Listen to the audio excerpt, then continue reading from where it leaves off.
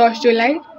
তো রেজাল্ট পেয়ে তো আমি খুশি। এখন আমার ভর্তির সময় চলে আসছে, প্রচুর বই কিনতে হবে, প্রচুর টাকারও দরকার। এখন আমার ইচ্ছা মূলত আমি সিলেট ভর্তি হব, একটা ভালো কলেজে। চয়েস তো দেবই, তারপরে দেখা যাক কোন কলেজে চান্স পাই।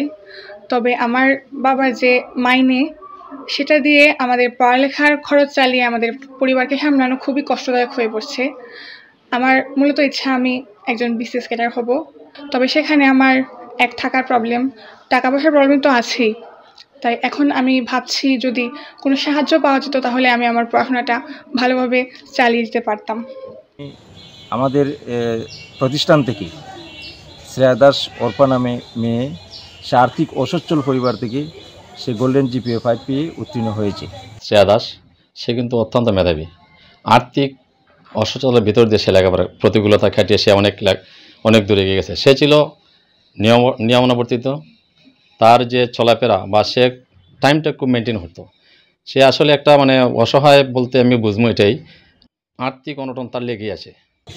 এই আর্থিক অসচ্ছলতার মধ্যেও এই ছাত্রী সে যে এইরকম একটা রেজাল্ট অর্জন করেছে, আমরা প্রতিষ্ঠানের পক্ষ থেকে আমরা তাকে অভিনন্দন জানাই।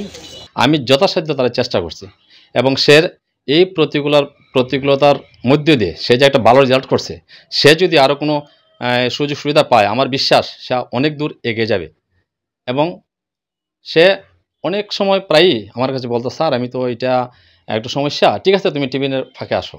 সে কিন্তু স্কুলমুখী ছিল, তার চলাফেরা এবং আমি বলবো সে একটা অলরাউন্ডার। কারণ আর্ট যেমন গান, যেমন নৃত্য, সব দিকে সে পারদর্শিত। রবীন্দ্রসঙ্গীতে সে খুবই ভালো। তো আমি সেটা মনে করি তার যদি কোনো সে সুযোগ সুবিধা পায় তাইলে সে অনেক দূর এগিয়ে যাবে। তার এই যে তার উচ্চাকাঙ্ক্ষা, সে ভালো একটা প্রতিষ্ঠানে লেখাপড়া করবে। এখন ভালো প্রতিষ্ঠানে লেখাপড়া করতে গেলে অনেক খরচের দরকার, টাকা পয়সার প্রয়োজন। কাজেই আমি আশাবাদী সমাজের যারা বিত্তবান আছেন আপনারা এগিয়ে আসবেন তাকে সাহায্য সহযোগিতা করার জন্য। আমি রূপক দাস। আমার দুটি মেয়ে, একটি মেয়ে এই বছর মেট্রিক দিয়েছে এবং ভালোভাবে পাস করছে, আর একটি মেয়ে ক্লাস 5 পড়ে। আমি সামান্য একটা প্রাইভেট চাকরি করি, কিন্তু আমি যে বেতন পাই এই বেতন দিয়ে আমার সংসার ঠিক মতো চলে না। কিন্তু আমি এই দুটি মেয়েকে কীভাবে পড়াশোনা করাবো? কারণ বড় মেয়েটা যে ভালোভাবে পাস করছে, কিন্তু ভালো একটা কলেজে ভর্তি করাতে হলে অনেক টাকা পয়সার দরকার, কিন্তু আমার তো এই ক্ষমতা নাই। কারণ কীভাবে কী করবো আমি নিজে বুঝতে পারতেছি না। 2025 সালে আমি এসএসসি ক্যান্ডিডেট ছিলাম। গত 10 জুলাই আমাদের রেজাল্ট আউট হয়েছে। আমি খুবই খুশি যে আমি সফলতার সাথে আমি জিপিএ 5 পেয়ে উত্তীর্ণ হতে পেরেছি। এই যে স্ট্রাগলটা আমার খুব সহজ ছিল না, অনেক প্রতিকূলতা পার হয়ে আমাকে এই স্থানে আসতে হয়েছে। তার মধ্যে প্রথমত আমি আমার মা বাবার নাম উল্লেখ করতে চাই বিশেষভাবে, কারণ আমাদের যে ফাইন্যান্সিয়াল স্টেবিলিটি, এইটা বলতে গেলে কি বলবো আমি আর, আমার বাবা একজন চাকরিজীবী। বলতে গেলে আমাদের পড়ালেখা সামলিয়ে আমাদের 4 জনের ফ্যামিলিটা কনসিস্ট করে তার হিমশিম খেতে হয়। আমার প্রাইভেটের টিউশন ফিজ, তারপরে স্কুল ফিজ, এগুলা পূরণ করতে তার হিমশিম খেয়ে যায়। আর আমার মা একজন গৃহিণী, উনি যতটুকু পারেন আমাকে পড়ালেখায় সাহায্য করেন। তারপরে আসে আমাদের স্কুলের টিচার, তারপরে আমার প্রাইভেট টিউশনের যে টিচার, তাদের কথা বলি। তাদের কথা বলতে গেলে আমি প্রথমত উল্লেখ করতে চাই শ্রদ্ধেয় কালীপদ স্যারের কথা আর নিখিল স্যারের কথা। ওরা আমাকে ফাইন্যান্সিয়ালি পড়ালেখার বিভিন্ন জায়গায় আমাকে মারাত্মকভাবে সাহায্য করেছেন। নিখিল স্যার তো বলবো কি, স্যার অন্যান্য স্টুডেন্টদের তুলনায় আমি বলবো আমাকে অনেক বেশি সাহায্য করেছেন।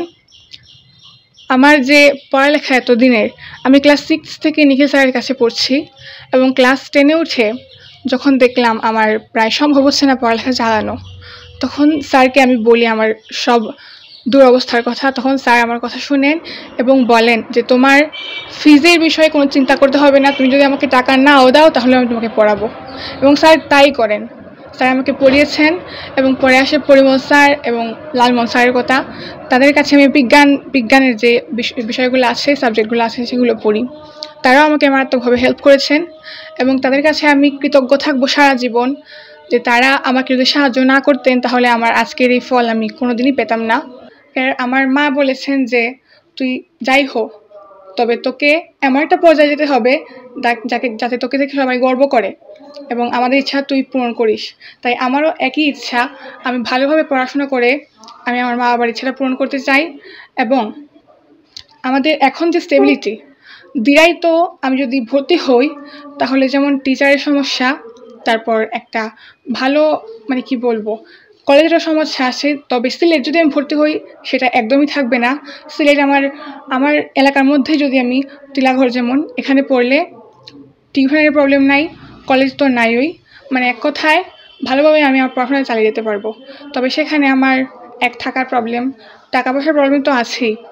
তাই এখন আমি ভাবছি যদি কোনো সাহায্য পাওয়া যেত তাহলে আমি আমার পড়াশোনাটা ভালোভাবে চালিয়ে যেতে পারতাম।